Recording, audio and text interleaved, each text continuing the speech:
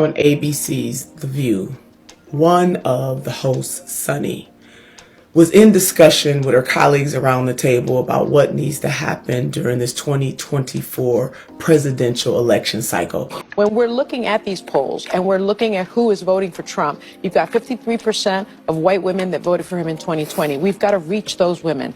We've got to reach those ridiculous, crazy black men that did vote for Trump. We've got to reach those people. We've got to reach the Cuban men in Miami that overwhelmingly voted for Trump.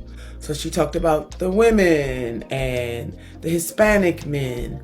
But when it was time to talk about black men, she called them the crazy, ridiculous black men. Yeah, you heard me right. The crazy, ridiculous black men. Is truly outrageous, and in fact, it is dangerous. And there are connective tissues to how Black American men have been treated historically in this country. In other words, this moment from President Barack Obama giving a stern lecturing to black men to Sunny on ABC's The View, mainstream media, referring to black men as both crazy and ridiculous.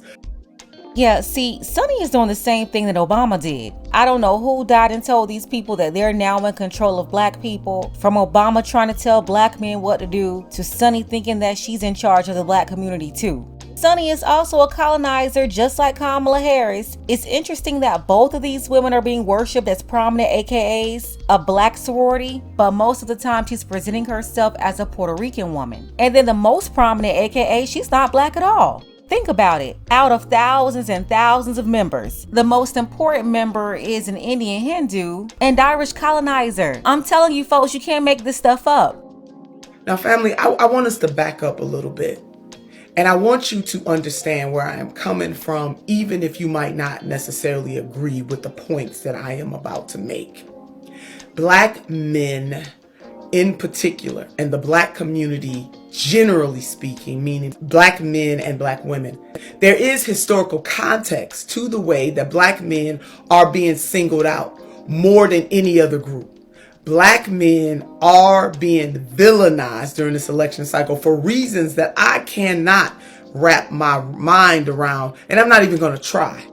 We know exactly what it is. It's these feminists. The black feminists are following the white feminists, and they're joining together for Kamala to go against men. The white feminists tried to redefine masculinity with Kamala's boneheaded husband and Tim Walz. Then the black feminists, they're following the same 1-2 step, those marching orders they get from the top to sabotage the black community. And like I've said plenty of times, the black feminists, they are together with the white feminists, and they're being used to destroy the whole community by first sabotaging the black man.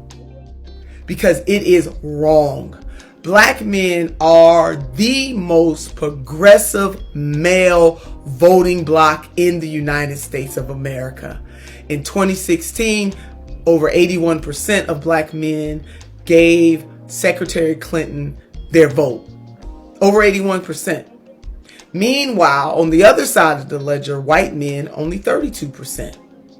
So why is it that folks are trying to browbeat black men when it is empirically unwarranted, but yet folks feel very comfortable in doing it? You know why? Because it is rooted in a historical context in this country that makes it very easy and very clear that black men can be beaten down in this society politically, socially, economically, and nobody even gives it a second thought.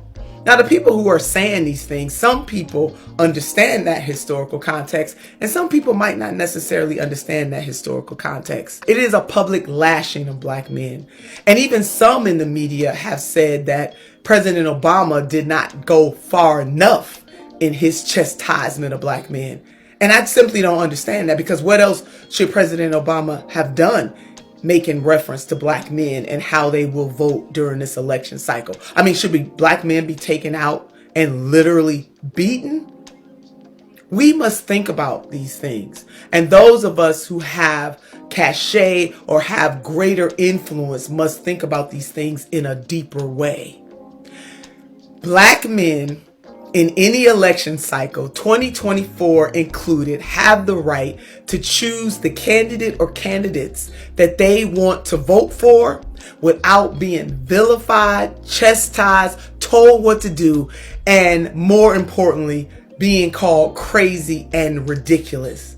Just as any other voting bloc, be they women, white, black, Hispanic, Asian, Arab, or other, be they men, black, white, Arab, Asian, or any other identifying quality, those various voting blocks have a right in the United States of America, at least that's what we say, to vote the way they want to vote. So ask yourselves, why are black men being treated differently from others? And more importantly, why do people of title, of high title, high influence, or not so much of a big title, maybe not so much influence, but feel incredibly comfortable calling out black men only? Ask yourself that. It really is about our construction and how we are socialized in this country. That's why I understand black men moving in a way that's obviously making these folks uncomfortable. And it's not just black people, but these feminists of all races. They are all doing the same thing. That's where we get these shaming toxic masculinity campaigns. They're really coming after all straight men that's not sassy. That's why they keep trying to use a shaming language, calling them misogynist if they don't do what they want them to do. I've seen white women on CNN fussing with white men over Kamala. I've seen black women coming at black men over Kamala. I've even seen Latinas like Ana Navarro trying to come after Hispanic men, calling them racist and sellouts to their own people if they don't support Kamala. And so to me, it boggles the mind that somebody who looks like you, who looks like me, who sounds like you, who sounds like me, think that when he is making anti-immigrant racial offenses, it doesn't apply to I him. want to give you the last thought. I think Anderson, when President Trump's talking, he's talking about criminal folks that are being sent to our country. He's not talking about Latinos that are coming here to work hard. There's a process to come here to work hard. Do you think that a racist is going to ask you for No, your the immigration poll- the papers? poll- the Do you poll think sa- a racist is going to ask you for your immigration papers? Anna, Do you think the he's not person... Latinos believe and they know that President Trump is not a racist. Oh, He's really? a business owner. That's He's a why. That's businessman. why he got investigated by DOJ for not ranking I'm to on the Africa. Trump 47 That bus. doesn't I'm mean- a Latino. listen, that means that he you're has okay. me on that bus. That means you're okay with racism. No, It I'm doesn't not. mean he's I'm not racist. Absolutely We're not. going to leave it there.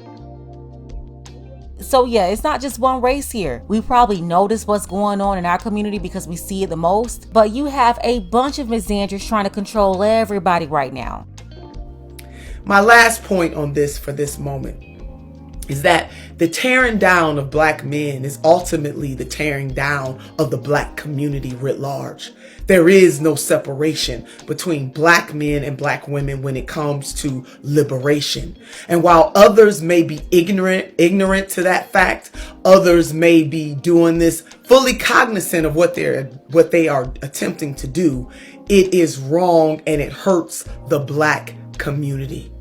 So stop tearing down black men. Stop calling them crazy and ridiculous.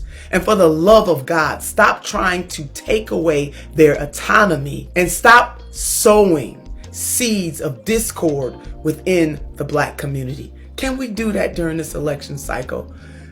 Can we please do that during this time? Black men, I want you to know that you are loved, you are respected, and you are appreciated beyond this election cycle.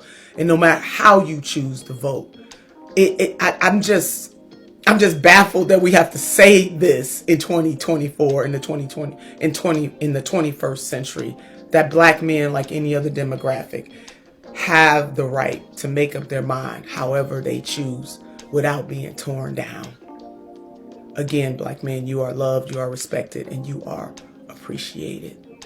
Yeah, I think Nina Turner is right about what folks like Sunny, what they're trying to do. Sunny, a prominent AKA and a colonizer, just like her buddy Kamala Harris, the most prominent AKA, a pretending chameleon Hindu-Irish colonizer that basically stole the identity of a black American woman right in front of our faces. Let's go ahead and get the conversation started. Let me know what you think about this below. Special thank you to Eugene J. I appreciate you for all of your support, as well as Charles H., Dark Power, Light and Portrait, and Roland C. If you want to show your support for the channel too, you have to use PayPal for now. The link is below. Ladies, fellas, want a balanced analysis, want the truth from a woman's perspective? Then you're going to want to subscribe to this channel and don't forget to like and share.